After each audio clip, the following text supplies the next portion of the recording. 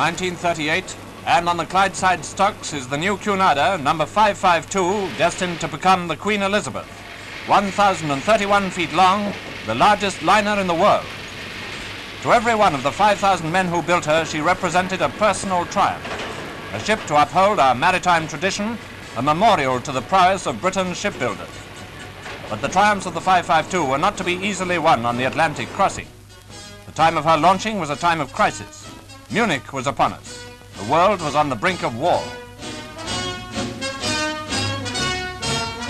With affairs of state heavy upon him, His Majesty was unable to attend the launching, but the Queen and the two princesses were there, and 300,000 voices were raised in a real Clydeside welcome.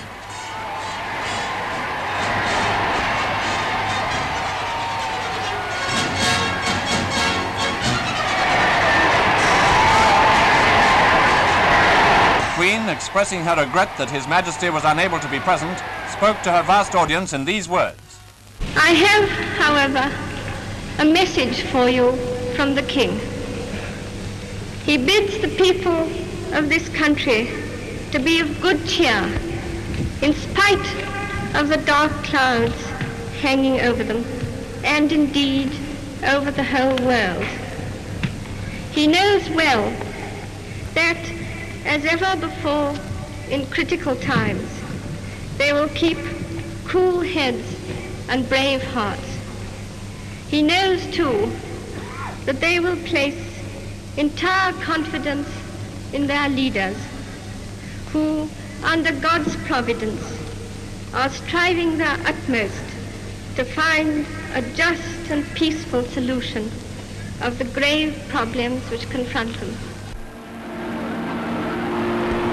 The ship began to move before Her Majesty had had time to name her. Name her Queen Elizabeth. So the ship that was launched under the shadow of war started on the first stage of her career.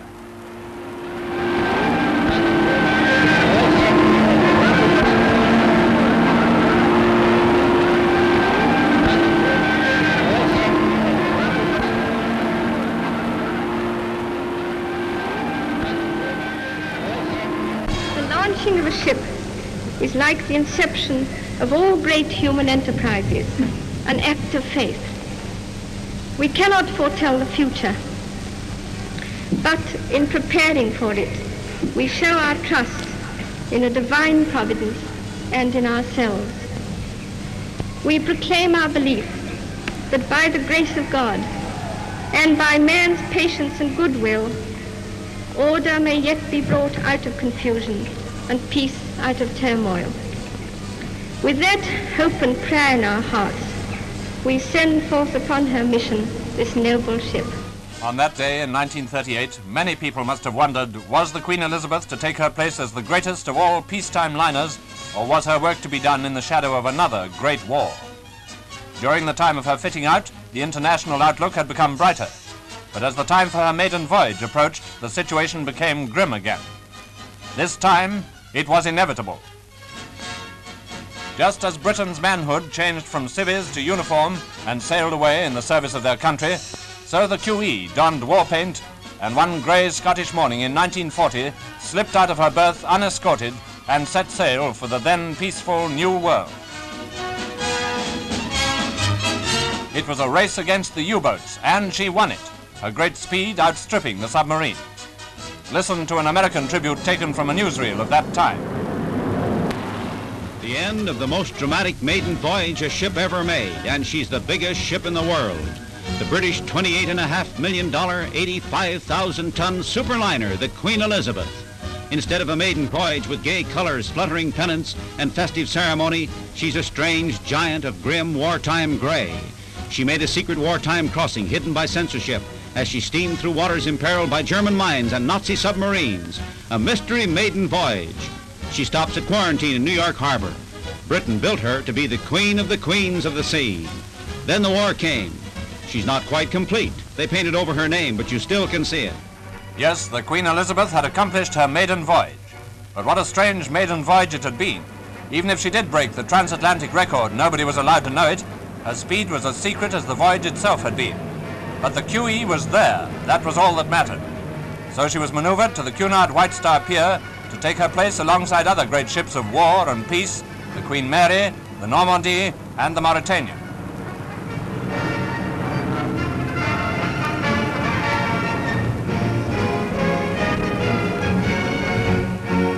From now on, complete secrecy shrouded the movements of the Queen Elizabeth. No mention could be made of her progress. But in November of the same year, we were allowed a brief glimpse as she slipped out of New York Harbor on her second voyage. Her destination and her mission were closely guarded secrets, but many people made their own guesses as the great grey ship steamed away into the mist of a winter's morning. Of her wartime trips, nothing more was heard. But when the war in Europe was over, the QE's movements again became public property. The day she sailed from Southampton for the first time was probably the greatest occasion of her career.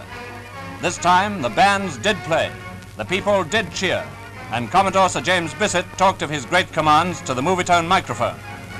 I've been 4 years, a little over, in the Queen's, most of the time in the Queen Mary.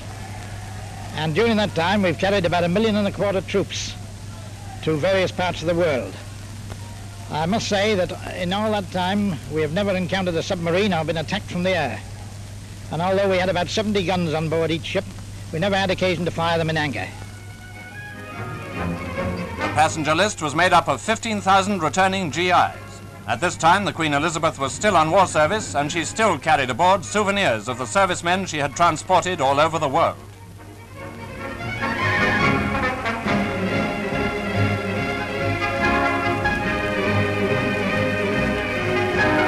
And so from Southampton, the Queen Elizabeth leaves on what, from the ceremonial point of view, was the nearest approach to a maiden voyage she had ever known.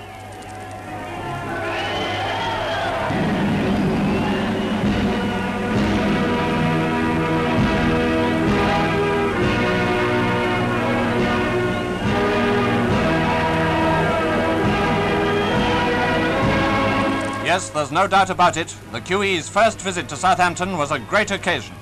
The war was over, the GIs were going home to their families at last, and though England was sorry to say farewell to these cheery ambassadors of the New World, she was glad for their sakes that they were homeward bound. No wonder it was such a happy affair. Even the RAF took time off to celebrate.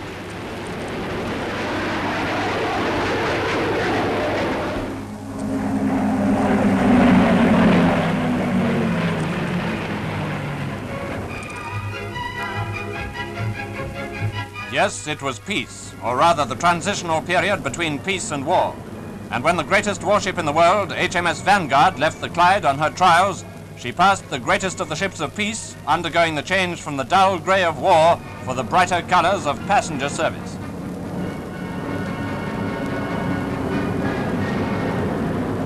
From there, the QE went back to Southampton for further attention.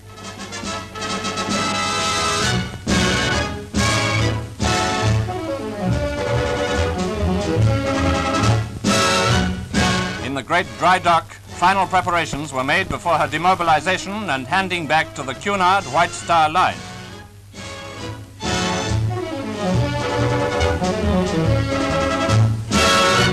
The fittings, which had been stripped for war, were replaced. Not only is she the largest liner in the world, but also the most comfortable.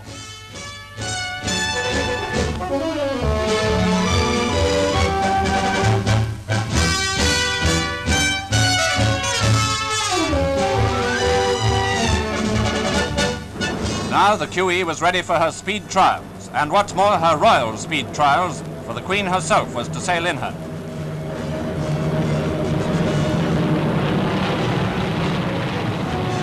Accompanied by the two princesses, the Queen took a lively interest in all around her. Princess Elizabeth, by the way, apparently decided to check the official figures.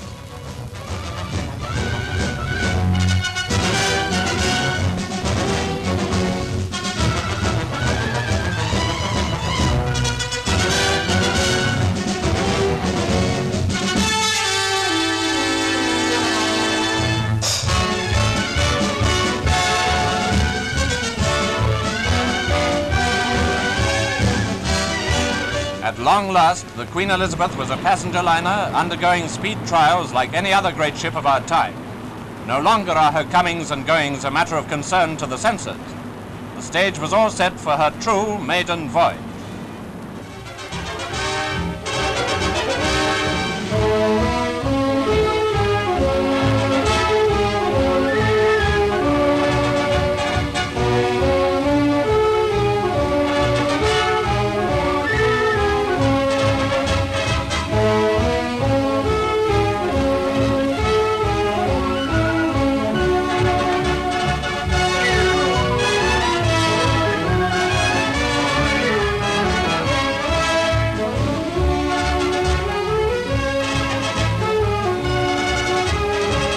As Her Majesty left the ship after her trip, she turned to wave good luck and Godspeed to the world's greatest liner.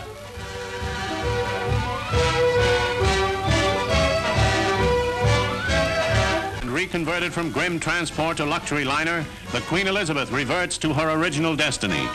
At Southampton, she's boarded by civilians and notables. There's United States Senator Conley, Soviet Foreign Minister V.M. Molotov, former Australian Commissioner to Britain S.M. Bruce, entertainment world celebrities like Giraldo and his charming wife, Sir A.P. Herbert, parliamentarian and author, Jack Hilton, impresario, and she starts her career as the largest passenger liner afloat. British judge at Nuremberg, Sir Norman Burkett, and his lady are making the maiden voyage, as is American-born English stage favorite Evelyn Dahl. There's motor magnate Sir William Root. Happy contrast to furtive war sailings is this gala and enthusiastic gathering of well-wishers. To their cheers, the big ship leaves her berth, with the lucky passengers waving their farewells. On the bridge, Commodore Sir James Bisset directs the departure. An air view discloses the overall majesty of the liner, with her streamlined beauty apparent from all angles as the snub-nosed terriers of port slowly push her huge hulk from the dock.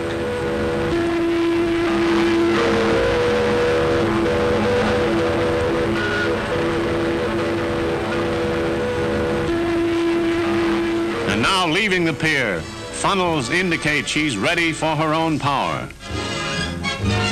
And underway she is, symbol of Britain's determination to maintain her position as the world's greatest maritime nation. Movietone News' camera aboard reveals the activities of the maiden voyage, catching officers charting the course, and radar busily using its bewildering powers. Russia's delegation to the United Nations, and Messrs. Molotov and Wyszynski pose for a close-up. At a press conference, the Movietone camera finds such notables as Sir Hartley Shawcross, Britain's prosecutor at Nuremberg, Jan Masaryk, leader of the Czechoslovakian UN delegation, and Senator Conley, returning from the Big Peace Conference at Paris. The Queen's spacious decks are ideal for sport. Deck tennis is particularly popular, with the fair sex active participants. In a male quartet enjoying a game, our Movietone camera finds Viscount Rothermere, youthful publisher of the Daily Mail with coat on, foregoing the cares and worries of journalism. Shuffleboard has its followers, with the deck fairways constantly in use.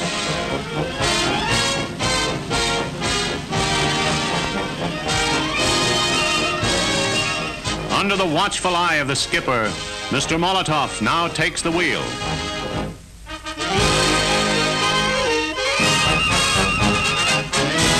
How does she compare with the ship of state, Mr. M?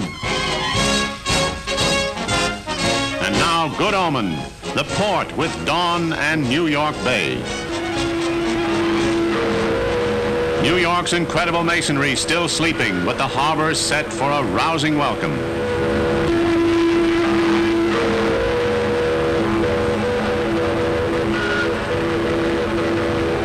Another view of the famous skyline. Port fireboats spume watery geysers of welcome to the great ship, to the enjoyment of the travelers.